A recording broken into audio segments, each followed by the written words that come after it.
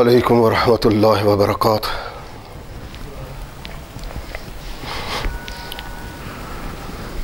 الحمد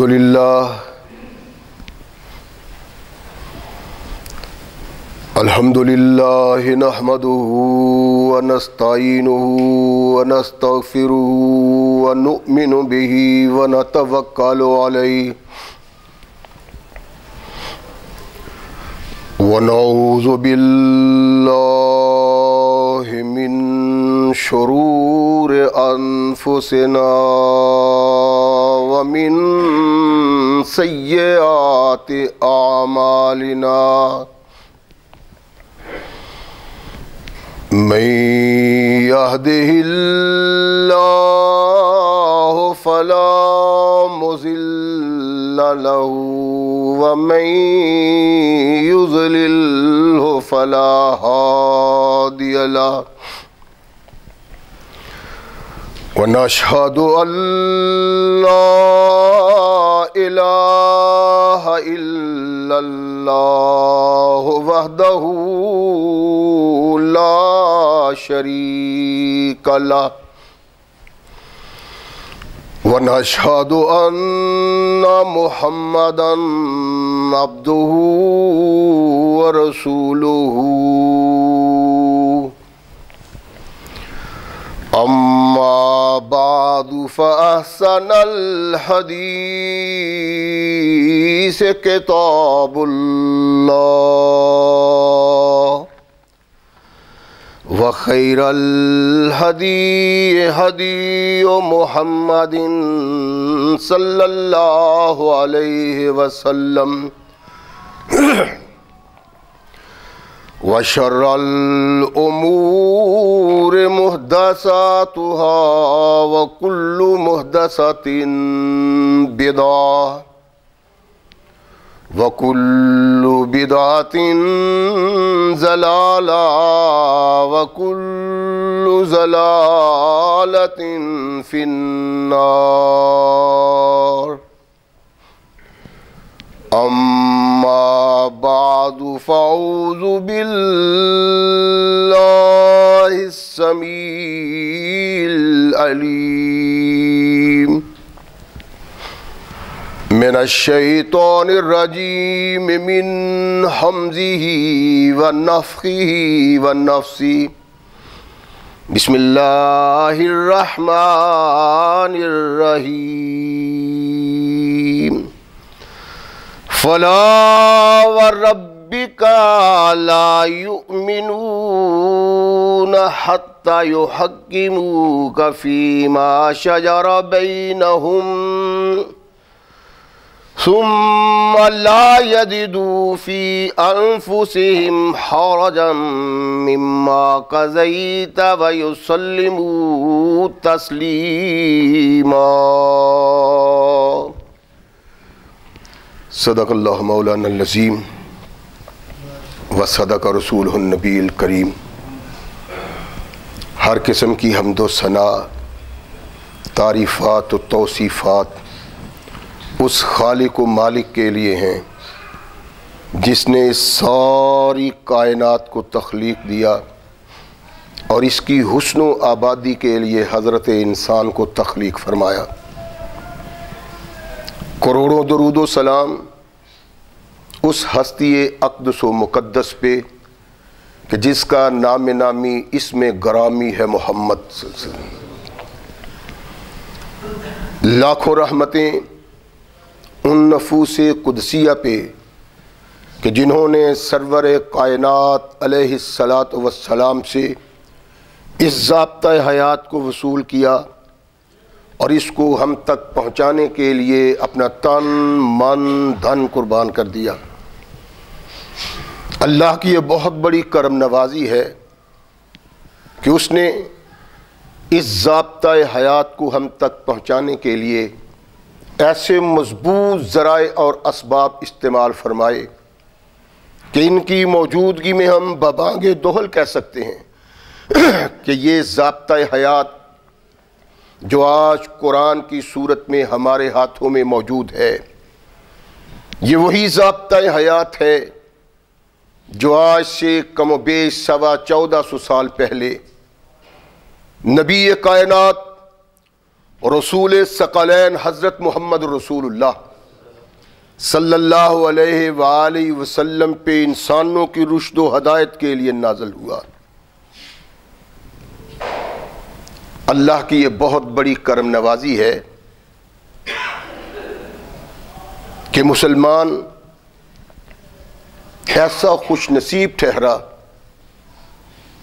کہ اللہ نے اسے ایک ایسا مکمل ضابطۂ حیات دیا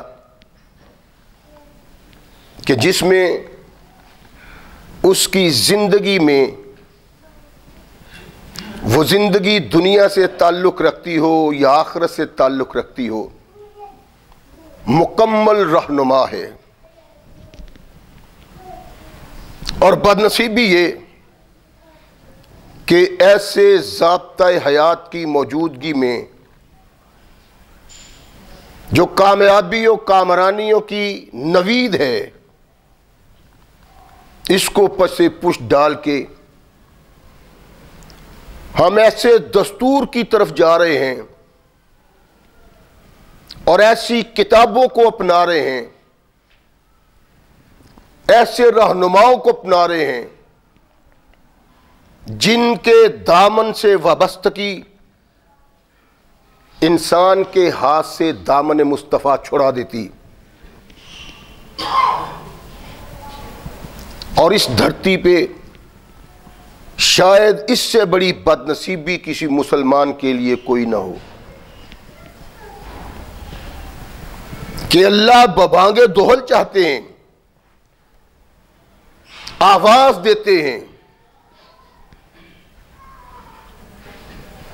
اللہ کے نبی محمد رسول اللہ صلی اللہ علیہ وسلم رہنمائی کرتے ہیں، اور ببانگ دہل ہمیں اس کا احساس بھی ہے۔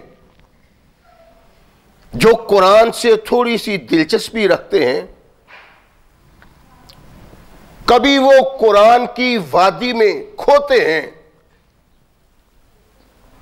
تو ان کو یہ احساس ضرور پیدا ہوتا ہے کہ دنیا اور آخرت کی کامیابی اور کامرانی محض قرآن اور محمد الرسول اللہ سے ہے، اس سے ہٹ کے کوئی بات نہیں۔ اللہ نے واضح طور پہ ارشاد فرمایا، فَلَا وَرَبِّكَ لَا يُؤْمِنُونَ حَتَّى يُحَكِّمُوكَ فِي مَا شَجَرَ بَيْنَهُمْ ثُمَّ لَا يَجِدُوا فِي أَنفُسِهِمْ حَرَجًا مِّمَّا قَضَيْتَ وَيُسَلِّمُوا تَسْلِيمًا۔ اللہ نے قسم اٹھائی،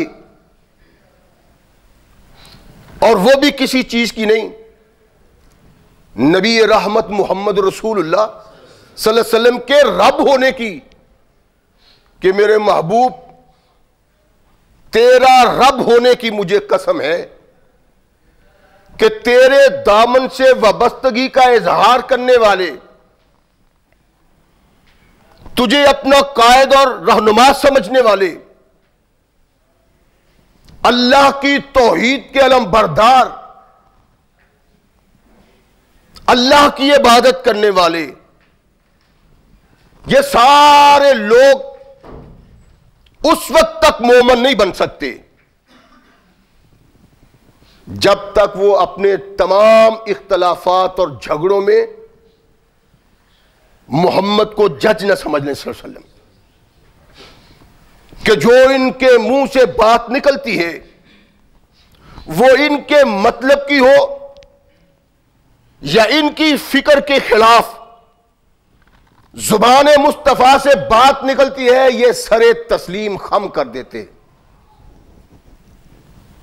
مجھے قسم ہے تیرا رب ہونے کی، یہی مومن ہے جو اس سے اعراض کرتے ہیں، جو اس سے پہلو تہی کرتے ہیں، وہ جو چاہے کہیں، اپنی زبان سے کہتے ہیں، اللہ کے نزدیک یہ مومن نہیں ہے۔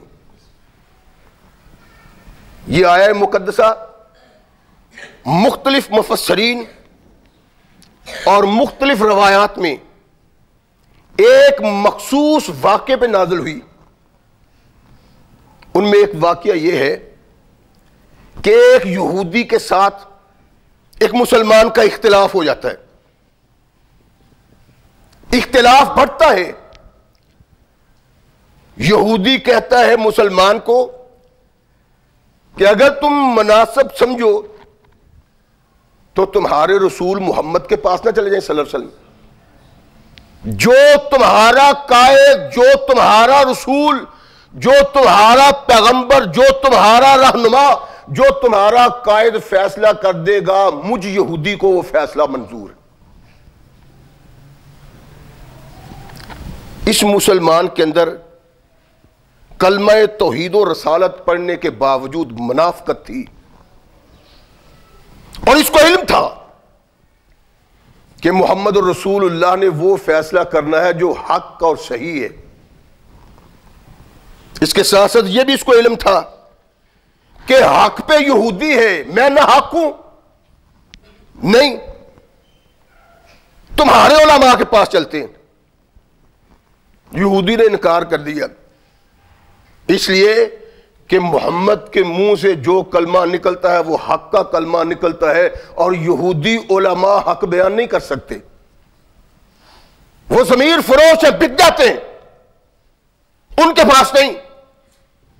آواز بلند ہوئی، مسلمان نے سمجھا کہ مسلمان کیا کہیں گے کہ اتنا لعین آدمی ہو کہ یہودی کہتے ہیں محمد رسول اللہ کے پاس فیصلہ لے جاؤ، تم انکار کرتے ہو. چلو جی نبی رحمت محمد رسول اللہ صلی اللہ علیہ وسلم کے پاس. اللہ کے نبی کو بات سناتے ہیں دونوں. نبی رحمت محمد رسول اللہ صلی اللہ علیہ وسلم نے فیصلہ یہودی کے حق میں کر دیا کہ مسلمان تو غلط ہے، یہودی صحیح ہے. پریشان ہو کے باہر نکل آئے.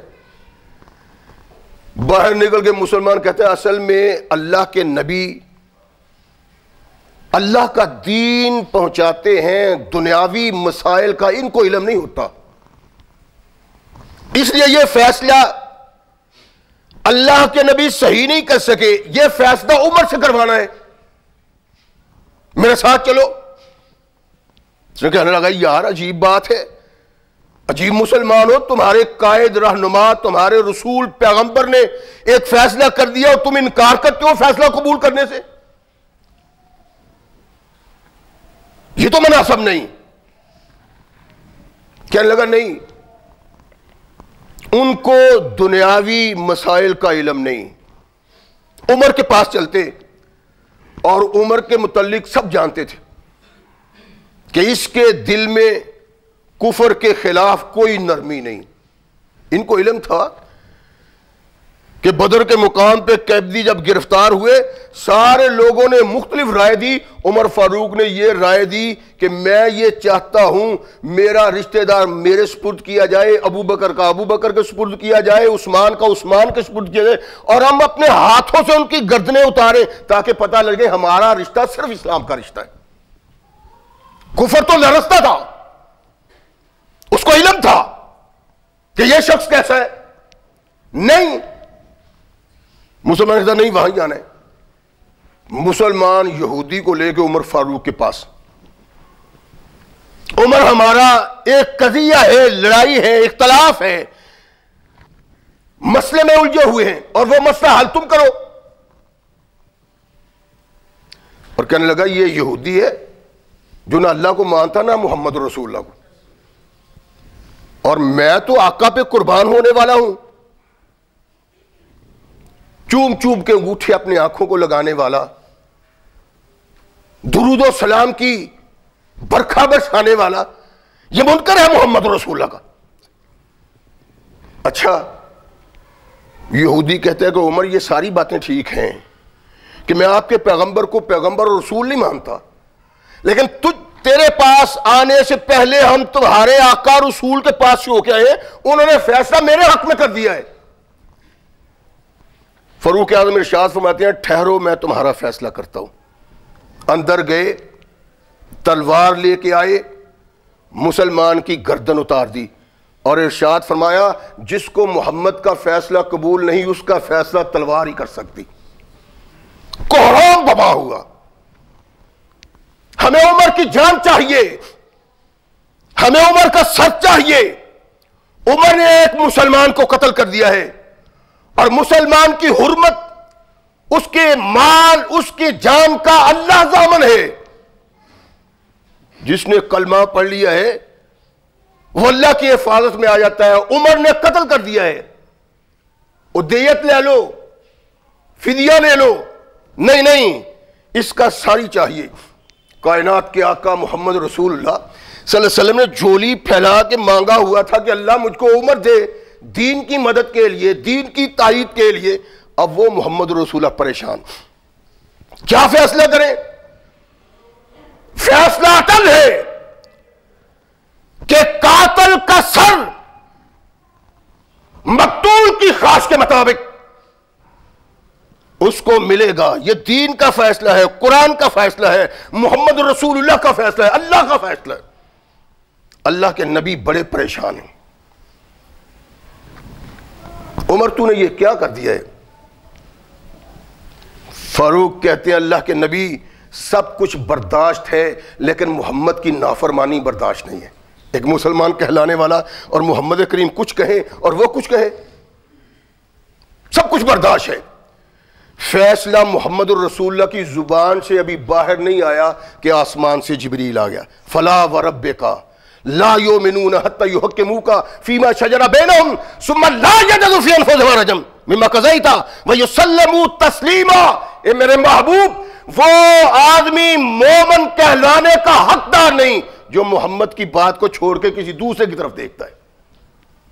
واضح طور پہ قرآن نے اس بات کو بیان کر دیا. اور یہ مسلمان کی زندگی کے لیے ایک روشن چراغ تھا. کونین کے آقا محمد رسول اللہ کچھ کہیں, دوسرا کچھ کہے, فرمایا دیکھنا ہی حرام ہے اس طرف. یہی نہیں, میں نے عرض کیا تھا کہ اللہ کے نبی نے کہا اگر میرے فرمان کے خلاف اللہ کا دوسرا نبی بھی کہتا ہے اس نبی کا ماننا بھی اسلام سے بغاوت. نبی کی کوئی حیثیت نہیں محمد رسول اللہ کے سامنے, ان کی اطاعت کے سامنے, ان کی فرما برداری کے سامنے.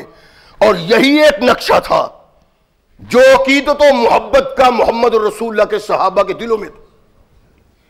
یہ نہیں کہ وہ صحابہ یہ دیکھ, ایمان کو تولنا ہے تو محمد رسول اللہ کے صحابہ کے ترازو میں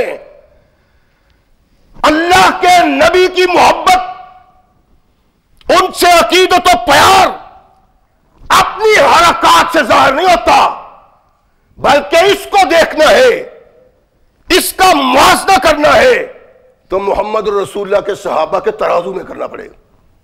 اللہ کے نبی کے صحابہ جا رہے ہیں سفر میں, سفر کرتے کرتے ایک مقام پہ عبداللہ بن عمر اپنے قافلے کو چھوڑ کے ایک طرف نکل جاتے ہیں. 10 12 20 قدم گئے, واپس آ گئے.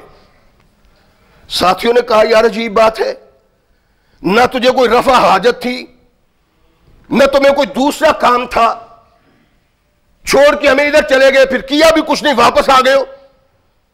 آخر سبب کہنے لگے ایک دن میں محمد رسول اللہ کے ساتھ قافلے میں جا رہا تھا کہ میں نے دیکھا اس مقام پہ میرے آقا 10 20 قدم اس طرف گئے تھے, کیا بھی کچھ نہیں, واپس آ گئے. میں نے محمد رسول اللہ کی سنت پہ عمل کیا. صحابہ کا طرز عمل, صحابہ کی سوچ و فکر. اللہ کہتے ہیں آمنو کما آمن الناس, ایمان ویسے لاؤ جیسے محمد کے صحابہ ایمان لائے. فلا وربک لا یؤمنون, اللہ کہتے ہیں ہم تو مانتے نہیں اس کو مومن. میں نے پچھلے کسی خطبہ جمعہ میں عرض کیا تھا کہ جب آدمی کلمہ طیبہ پڑھتا ہے وہ اسلام کے ماحول میں داخل ہو جاتا ہے, مومن نہیں بنتا, مسلمان بنتا ہے. ایک موقع پہ منافقوں نے محمد رسول اللہ کے سامنے اس افتخار کا اظہار کیا کہ ہم مومن ہیں. قرآن آ گیا, اپنے آپ کو مومن نہ کہو, بلکہ صرف مسلمان کہو.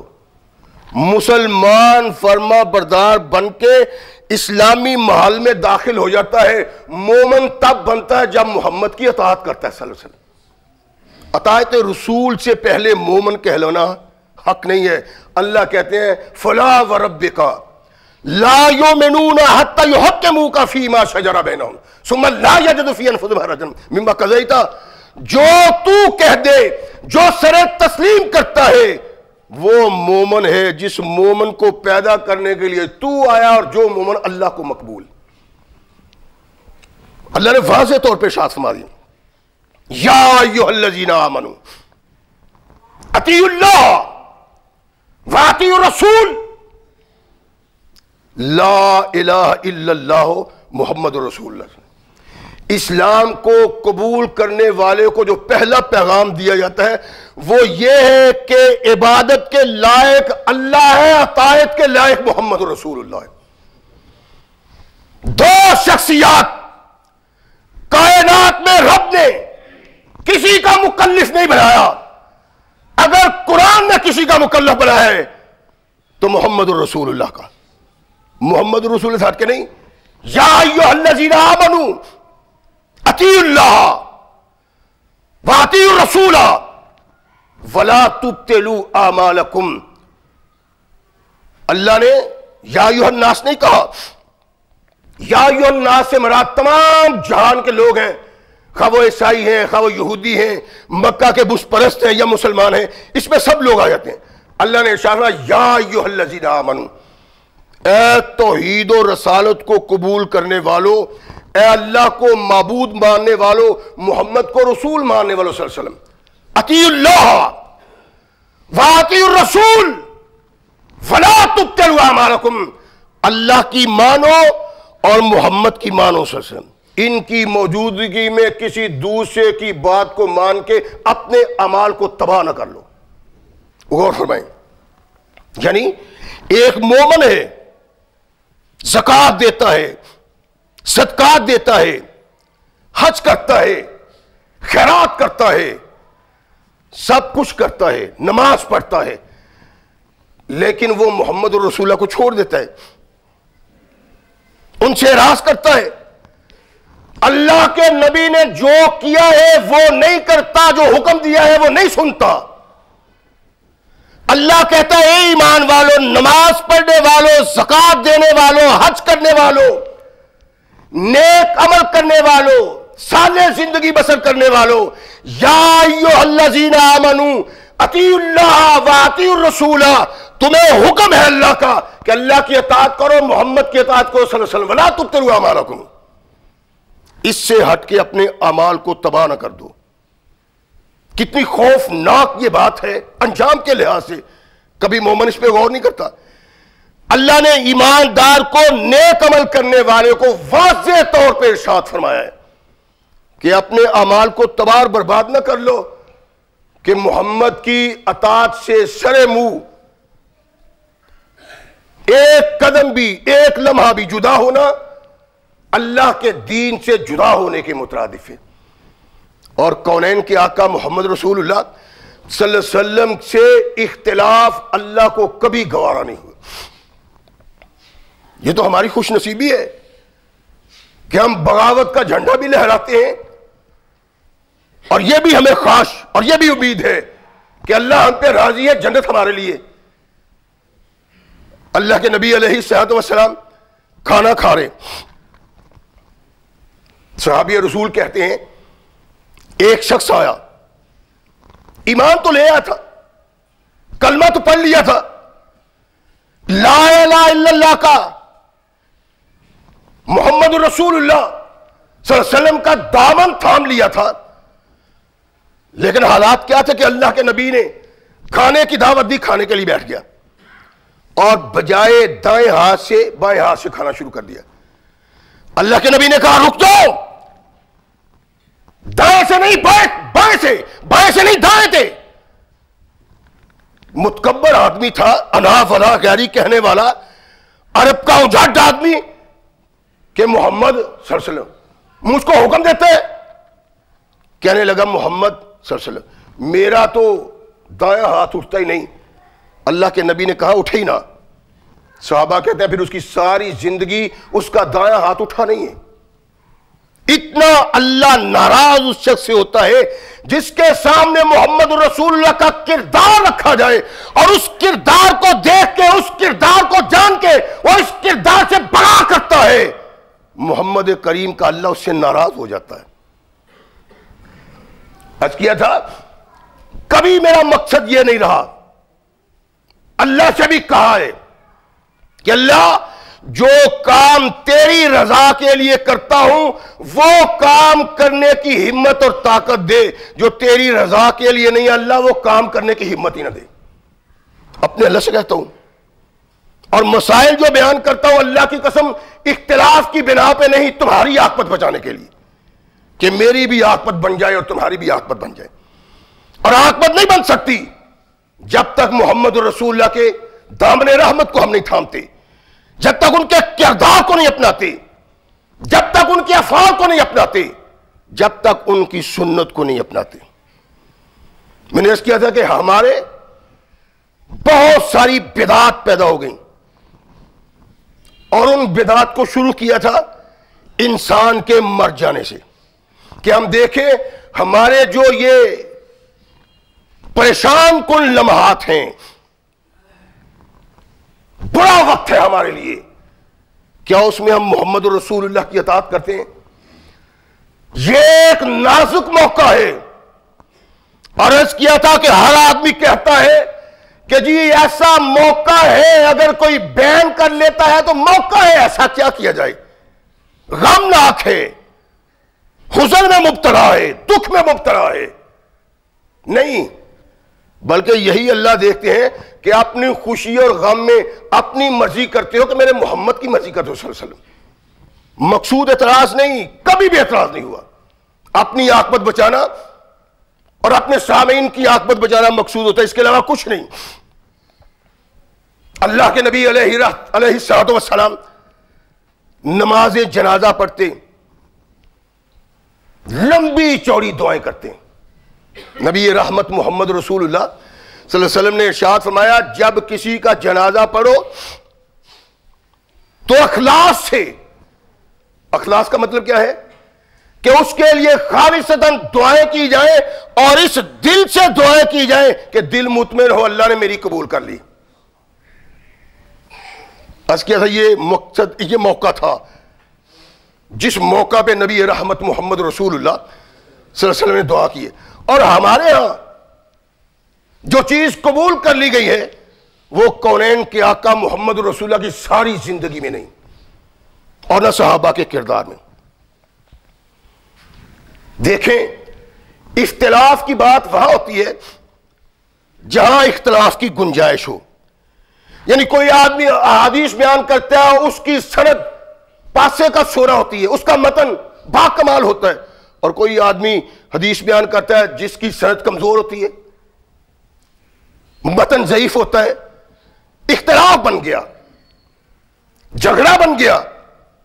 لیکن جس مقام پہ ہم کوئی عمل کرتے ہیں نہ وہ عمل محمد رسول اللہ سے ثابت ہو، نہ صحابہ سے ثابت ہو، نہ ان فقہا سے جن کی فقہ سے ہم وابستہ ہو گئے. عام طور پہ کہا جاتا ہے کہ 4 امام برحق. چلو اختلاف کی آج گنجائش ہوتی اگر ان 4 اماموں میں سے کسی امام نے تو کچھ کہہ دیا اس کے متعلق، لیکن 4 امام اس دعا کے قائل نہیں جو دعا ہم نماز جنازہ کے بعد مانگتے ہیں. اللہ کی قسم یہ مقصود نہیں کسی کو تان کیا جائے، کسی کو برا بنایا جائے، کسی پہ اعتراض کیا جائے، بلکہ یہ مقصود ہے کہ اللہ کہتے ہیں یا ایھا الذین آمنوا اطیعوا اللہ واطیعوا الرسول ولا تبطلوا اعمالکم. اپنے اعمال کو تباہ نہ کر لو محمد کی مخالفت کر کے صلی اللہ علیہ وسلم. اللہ کے نبی نے نہیں کیا. نبی رحمت محمد رسول اللہ کا دور، صحابہ کا، تابعین کا، تبع تابعین کا، یہاں تک کہ مختلف مسالک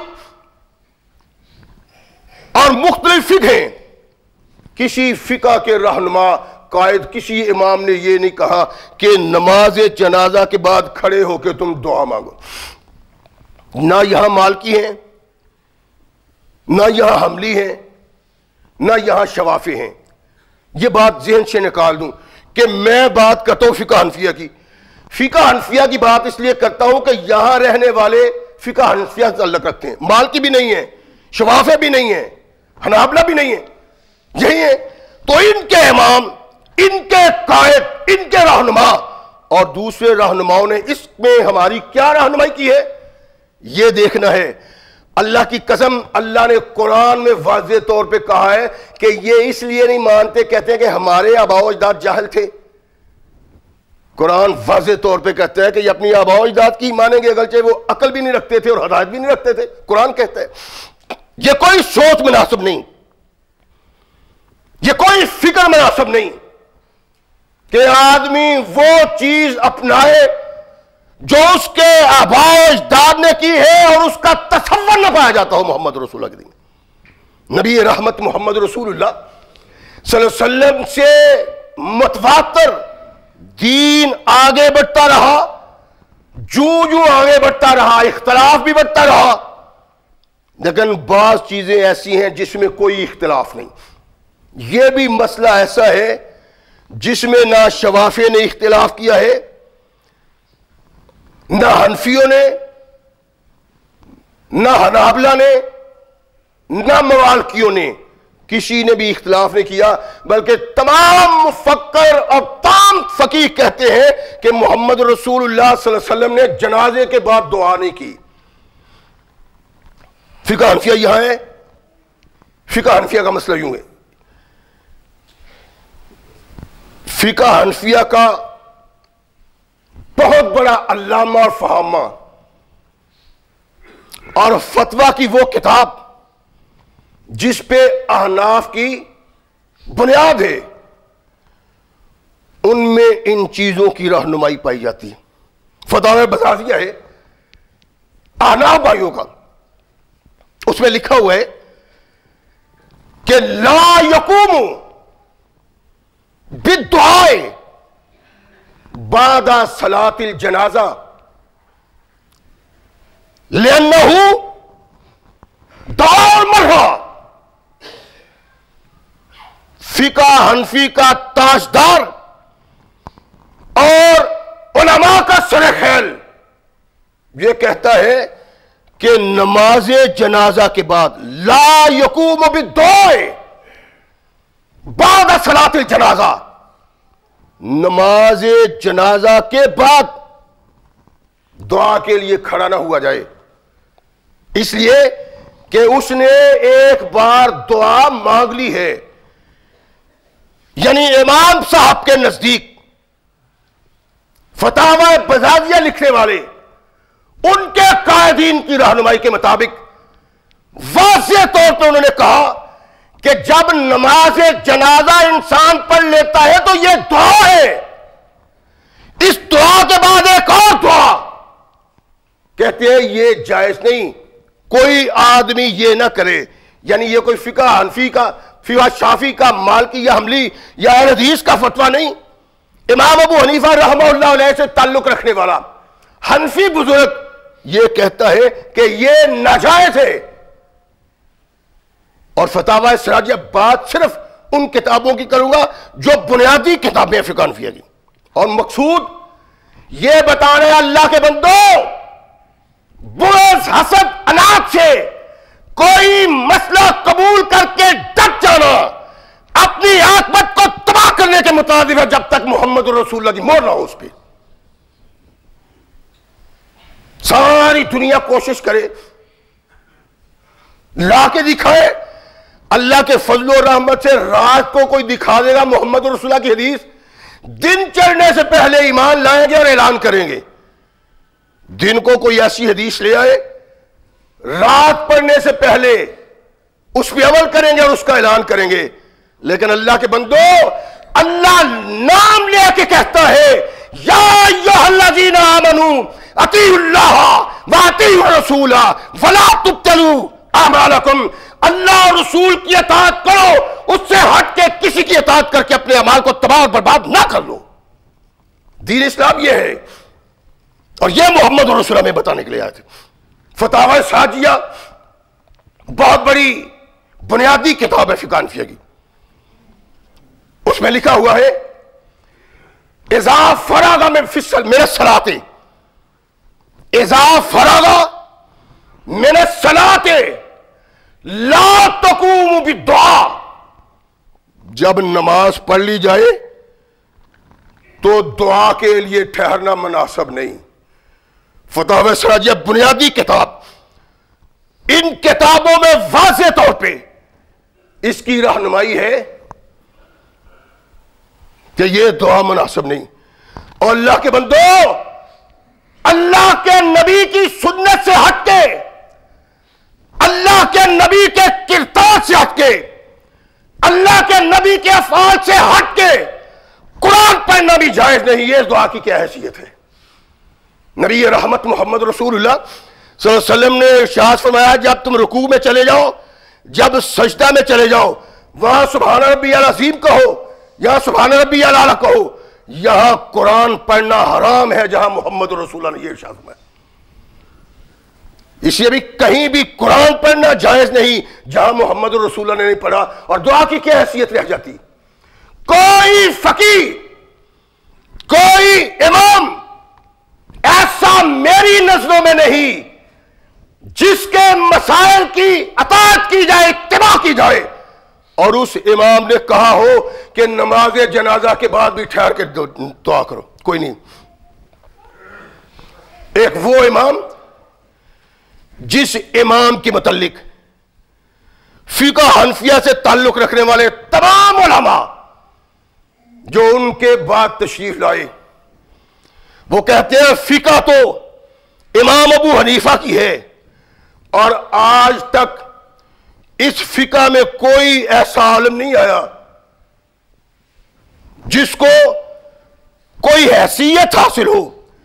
اگر فقہ حنفیہ میں امام ابو حنیفہ کے بعد دوسرا امام ابو حنیفہ پیدا ہوا تو ابن نجیم ہے. ابن نجیم کو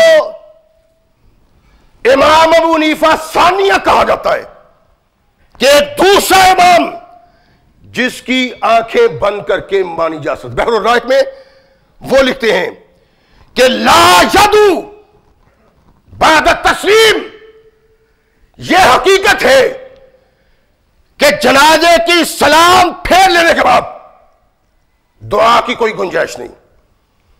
یہ ان علماء و محققین کا فیصلہ ہے جن سے وابستہ فقہ اپنا چہرہ تابہ رکھے ہوئے ہیں.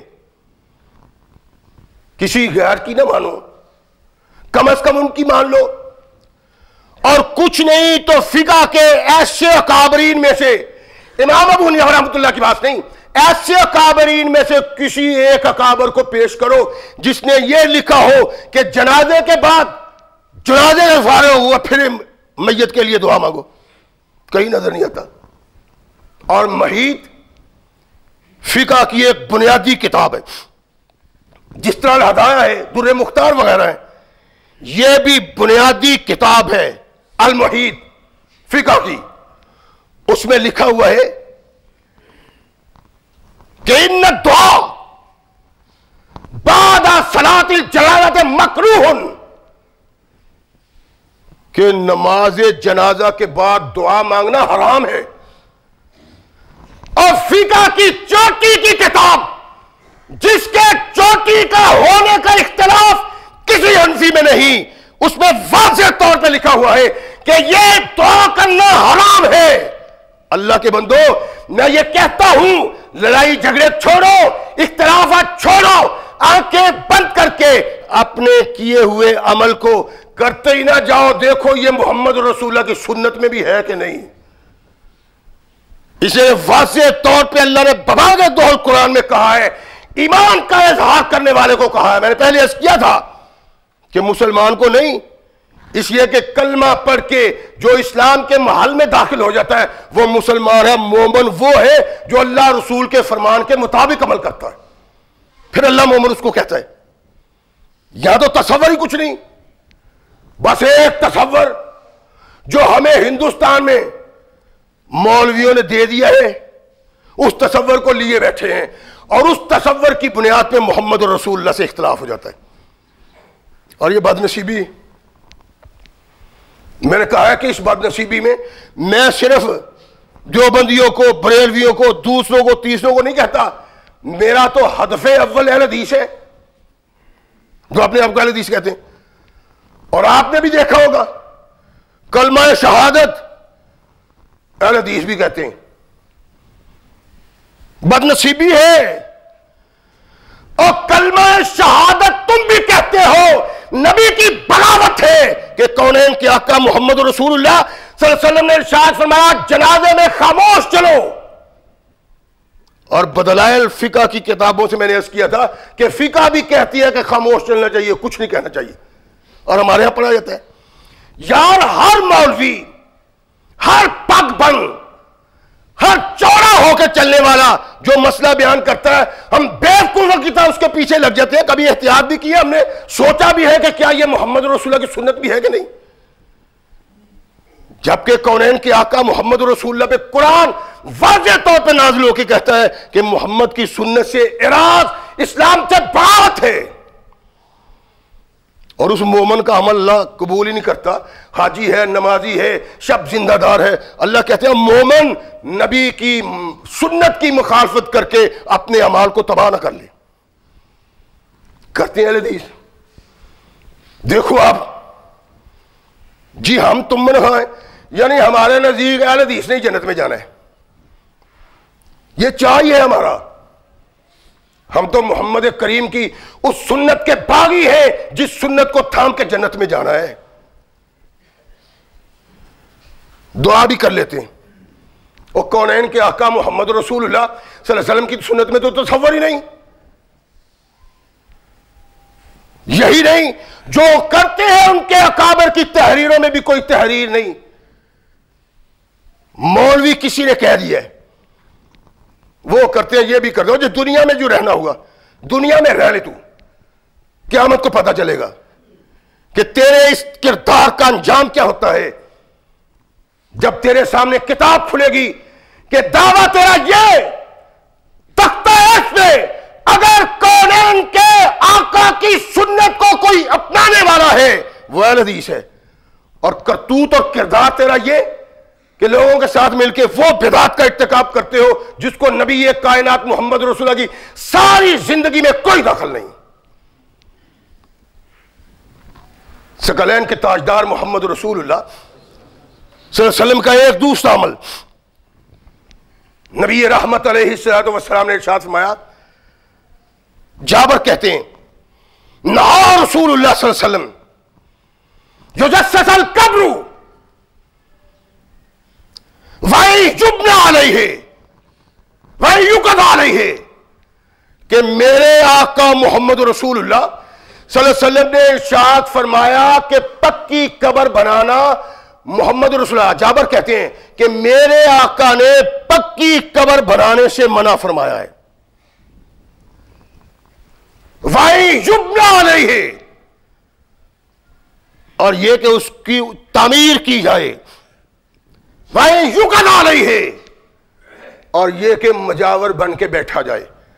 کونین کے آقا ثقلین کے تاجدار محمد رسول اللہ صلی اللہ علیہ وسلم کی وہ حدیث جس کے متن میں کسی کو کوئی اختلاف نہیں اور جس کی سند میں کوئی اعتراض نہیں، نبی رحمت محمد رسول اللہ صلی اللہ علیہ وسلم نے ارشاد فرمایا ہے کہ قبر پکی بنانا ناجائز ہے۔ مسلم کی روایت ہے، مسلم کے شان امام نووی رحمہ اللہ علیہ لکھتے ہیں کہ اس حدیث کا مطلب یہ ہے کہ قبر کو زیادہ اونچا نہ بنایا جائے اور اس پہ اینٹ استعمال نہ کی جائے، آگ کی لگی چیز استعمال نہ کی جائے۔ کونین کے آقا محمد رسول اللہ نے استعمال ہے۔ پھر وہ کہتے ہیں کہ جو آدمی عمارت بناتا ہے، یعنی پکی قبر بناتا ہے، اس کو مضبوط کرتا ہے، اس پہ عمارت بناتا ہے، کہا اگر بنانے والے کی ذاتی زمین ہے مکروہ، یہ مکروہ ہے، اور اگر عام قبرستان میں مسلمانوں کی عام قبروں میں فرمایا حرام، پکی قبر بنانا نبی رحمت محمد رسول اللہ صلی اللہ علیہ وسلم کے فرمان کے مطابق حرام ہے. اب تجزیہ کریں، دیکھیں کہ کسی پہ اعتراض بنتا ہے. اور حدیثوں، اور تم رب کے نبی کی سنت پہ عمل کرنے کے دعوے دار ہو، باغی ہو محمد رسول اللہ کے اس فرمان کے، تم بھی استعمال کرتے ہو. رواج ہی ختم ہو گیا ہے.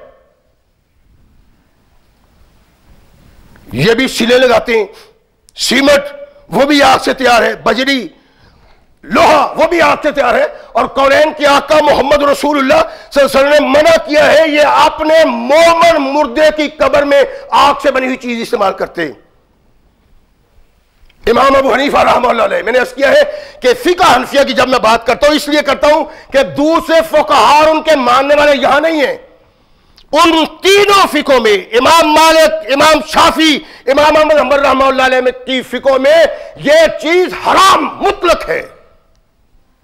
یہاں رہنے والوں کی بات کرتے ہیں.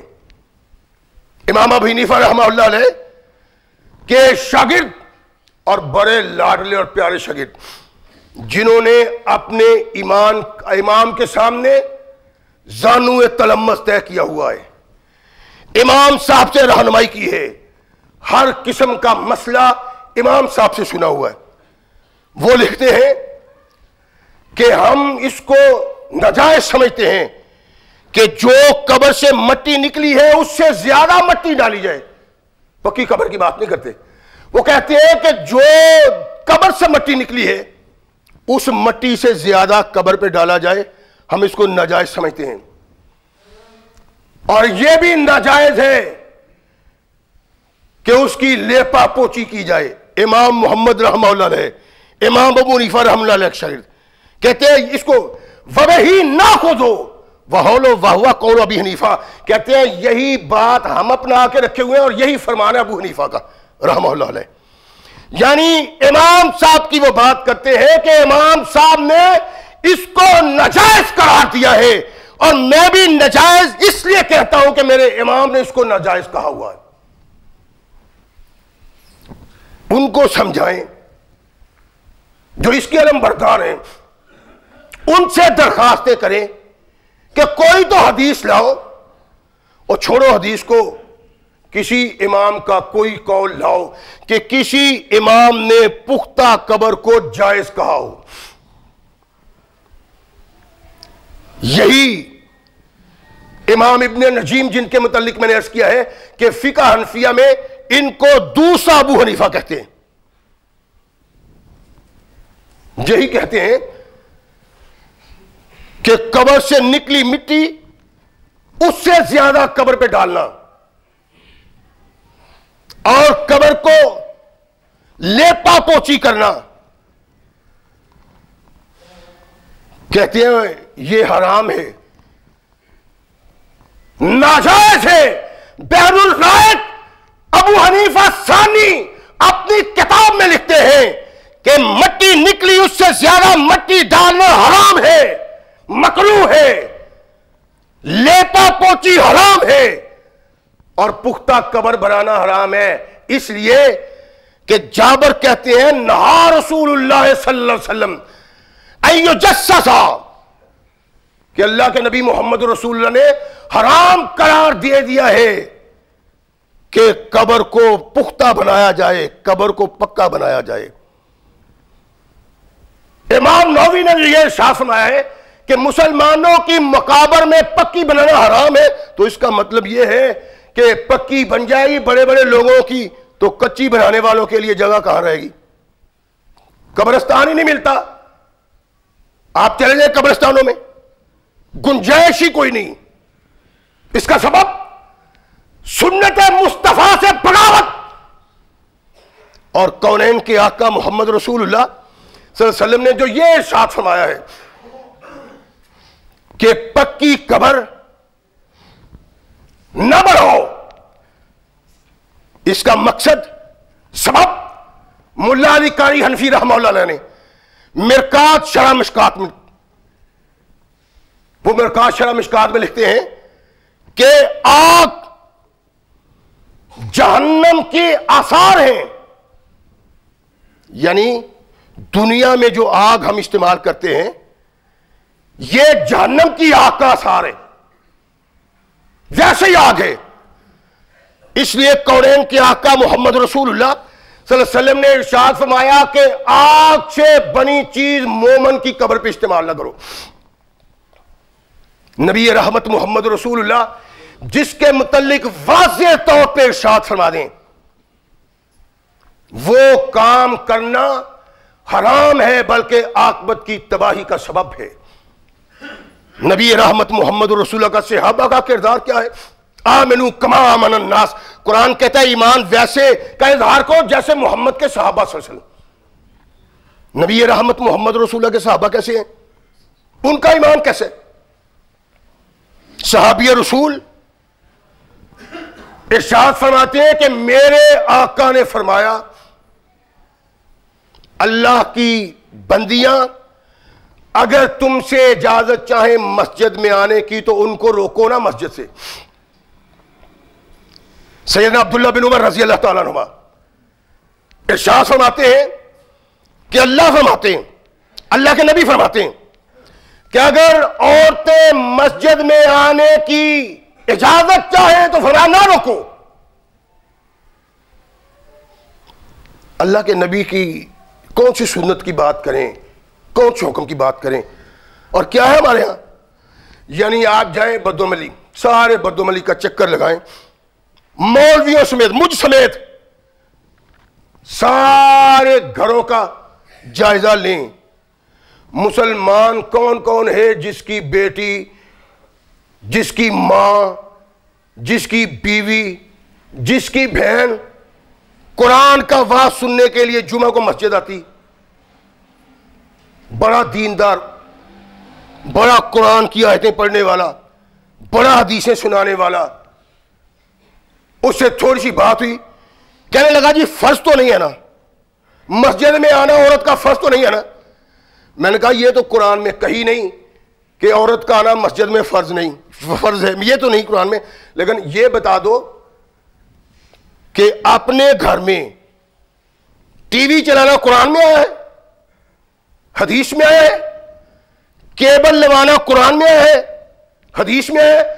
اور تیرے گھر میں تیری لڑکی، تیری بہن، تیری ماں، تیری بیوی ببانگے توہل بغاوت دیکھتی ہے، فحش پیغام دیکھتی ہے، فحش فلمیں دیکھتی ہے، فحش ڈرامے دیکھتی ہے، کبھی نہیں تو نے کہا کہ یہ جائز ہے کہ ناجائز ہے؟ مسجد کے متعلق کہتے ہیں یہ فرض تو نہیں ہے، فرض نہیں، لیکن کونین کے آقا محمد رسول اللہ صلی اللہ علیہ وسلم کی یہ ترغیب ہمیں بتلاتی ہے کہ ہماری ماں بہنوں کو مسجد میں آنا چاہیے تاکہ انہیں پتہ چلے قرآن کیا کہتا ہے اور محمد رسول اللہ کیا کہتے ہیں۔ عبداللہ بن عمر رضی اللہ تعالیٰ عنہ واعظ کرتے ہیں، ارشاد فرمایا کہ نبی کائنات محمد رسول اللہ صلی اللہ علیہ وسلم نے ارشاد فرمایا کہ اللہ کی بندیوں کو مسجد سے نہ روکو۔ عبداللہ بن عمر کا بیٹا بلال کہتا ہے حالات ایسے ہو گئے ہیں، یعنی آج سے پورے تو نہیں نہ ہوئے ہوں گے،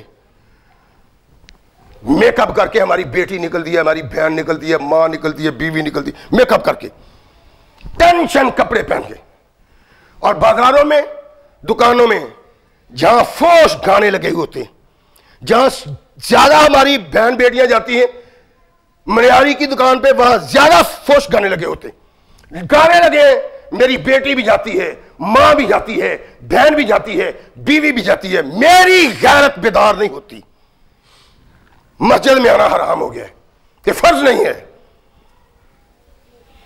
عبداللہ نے کہا، بلال کہتے ہیں کہ آج جو حالات ہیں ہم تو روکیں گے، یہ مسجد میں نہیں جائیں گے، روکیں گے۔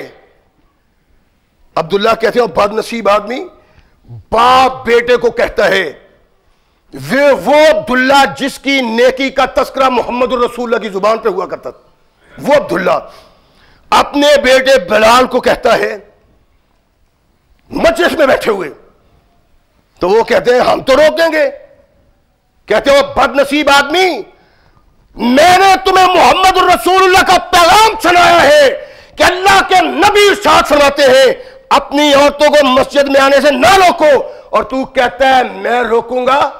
فرمایا میری آنکھوں سے دور ہو جاؤ، لا اکلمک ابدا، ساری زندگی تجھ سے کلام نہیں کروں گا. اور ساری زندگی عبداللہ نے اپنے بیٹے سے کلام نہیں کیا جو محمد رسول اللہ کے فرمان کی بغاوت کرتا تھا.